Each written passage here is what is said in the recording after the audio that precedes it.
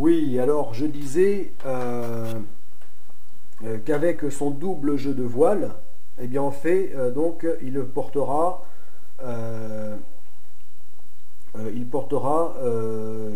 10 voiles. Il aura à bord donc son double jeu de voile, c'est-à-dire 10. Mais serviront que 5 voiles en même temps.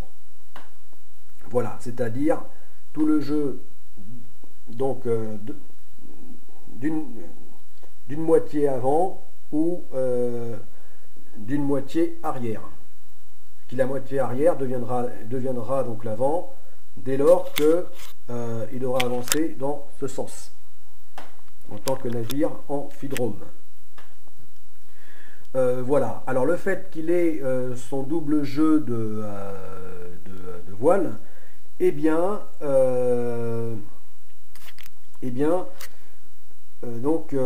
ça fera qu'il aura une surface de voile gigantesque de 1 hectare, donc 10 000 mètres carrés.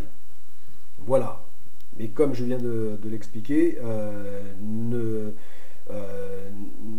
sera pas en service opérationnel, donc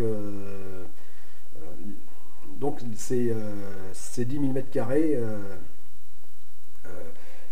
en une fois. Non, ça sera soit 5 000 mètres, ça sera toujours 5 000 mètres carrés. Voilà, la moitié qui sera déployée pendant que l'autre sera enroulé.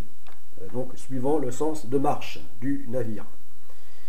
Voilà. Alors ce qui est intéressant, c'est que cette gigantesque surface de voilure d'1 hectare, imaginez, au moins 10 000 mètres carrés, eh bien,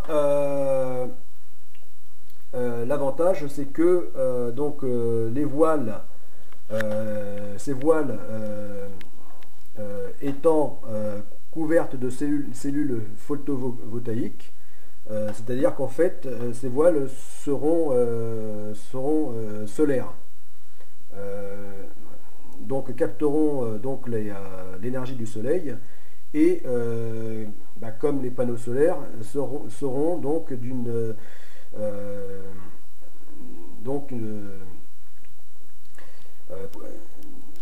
source très importante de production d'énergie électrique.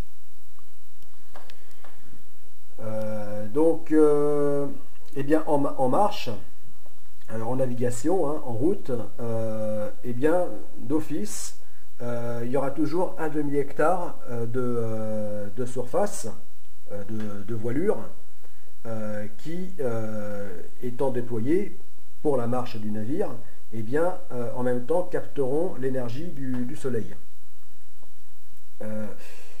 Mais en fait, ça fera 1 hectare, parce que ces cellules photovoltaïques seront posées sur chaque face des voiles. Donc ça fera 1 hectare de cellules photovoltaïques. Donc une surface gigantesque. Donc opérationnelle pour la production d'énergie électrique, l'énergie du bord. Mais lorsque le navire sera à l'arrêt, et là ça ne pourra se faire que dans des conditions précises, c'est-à-dire le navire à l'arrêt, c'est-à-dire au mouillage ou alors à quai dans un port,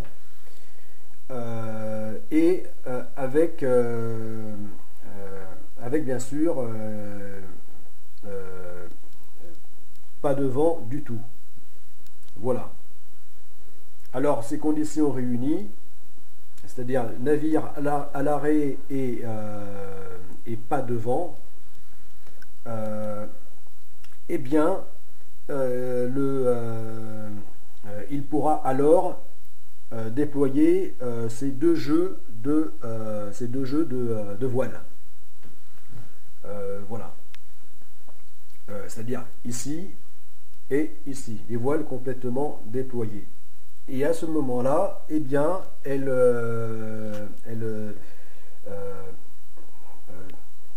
offriront donc une surface totale de, 1 hectare de voile et donc 2 hectares de cellules photovoltaïques. Voilà. Donc une surface de solaire gigantesque qui produira beaucoup d'énergie à bord. Beaucoup d'énergie donc électrique, ce qui permettra donc à ce moment-là de rendre le navire à énergie positive. Voilà, c'est-à-dire que le navire sera en capacité de produire plus d'énergie qu'il n'en dépensera, qu'il n'en consommera. Voilà. Puisque je rappelle que le projet Godessarc a aussi une vocation, et pas des moindres, donc écologique.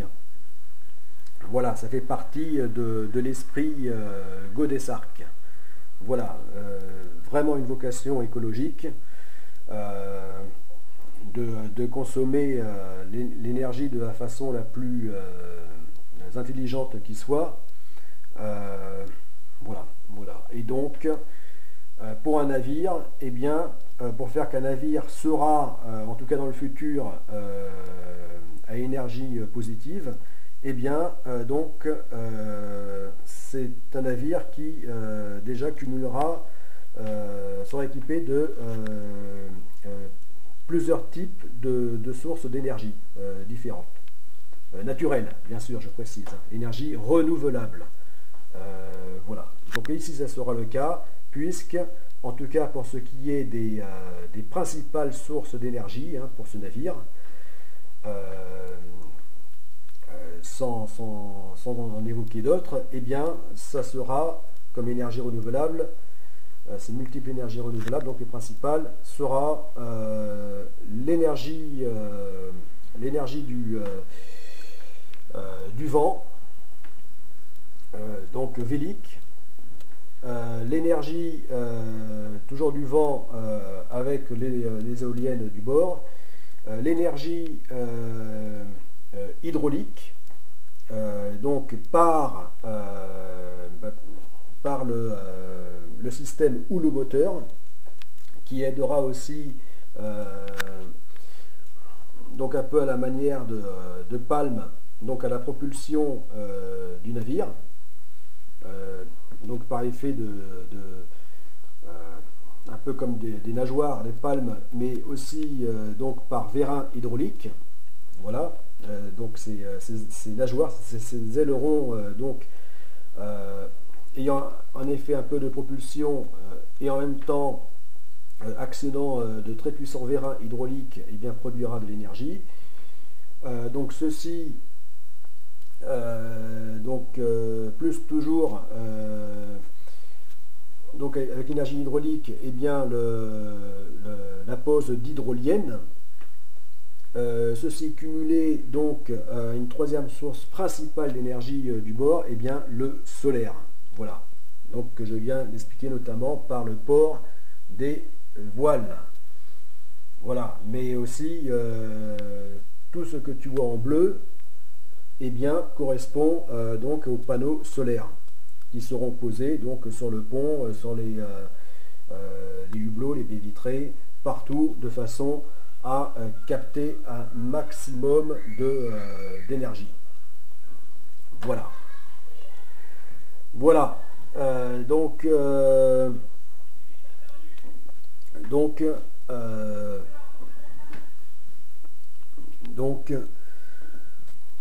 Tout ceci fera que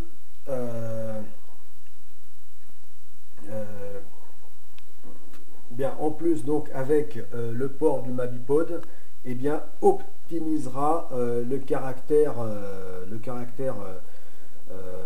écologique donc des deux grands navires du projet Godesarc. Voilà, deux grands navires ou le grand navire du projet Godesarc lorsque ces deux seront formés en un seul. Voilà. En un seul, c'est-à-dire comme ça. Voilà. Et l'avantage que les deux soient formés en un seul, eh bien, c'est que le rendement énergétique sera encore meilleur. Voilà. Voilà, donc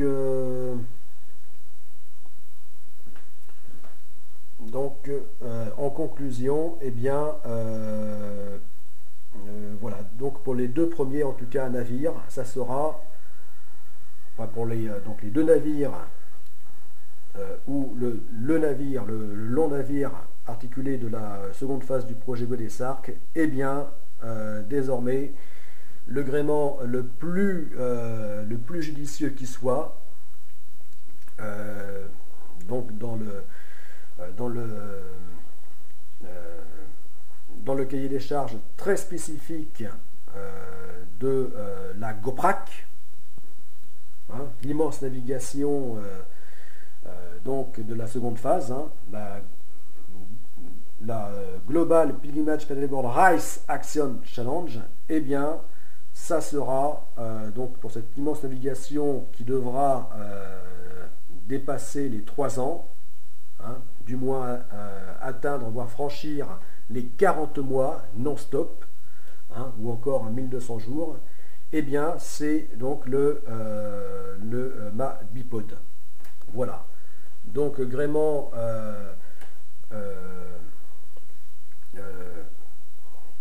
donc comme je disais, un peu moins performant pour la vitesse donc et la puissance à surface de voile égale, mais qui sera beaucoup plus sûr. Voilà, gréement qui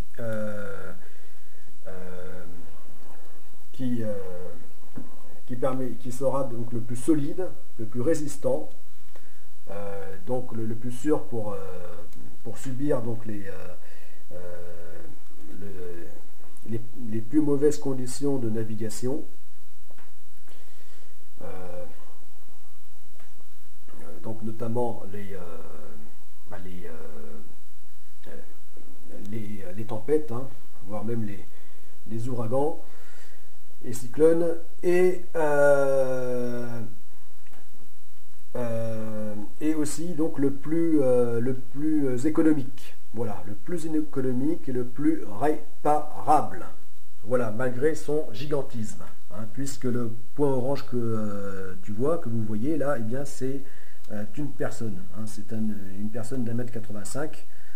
Voilà, donc ce qui donne un peu une idée de la taille du gréement. Hein.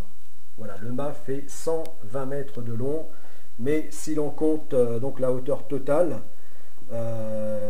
du navire, c'est-à-dire du bas du safran, hein, des gouvernails que tu vois ici, voilà, le bas donc des gouvernails à la tête des mâts, à la tête donc du mât, et même donc à la tête de l'antenne, donc hauteur totale, eh bien sera de 180 mètres. Voilà, c'est-à-dire aussi haut qu'il sera long.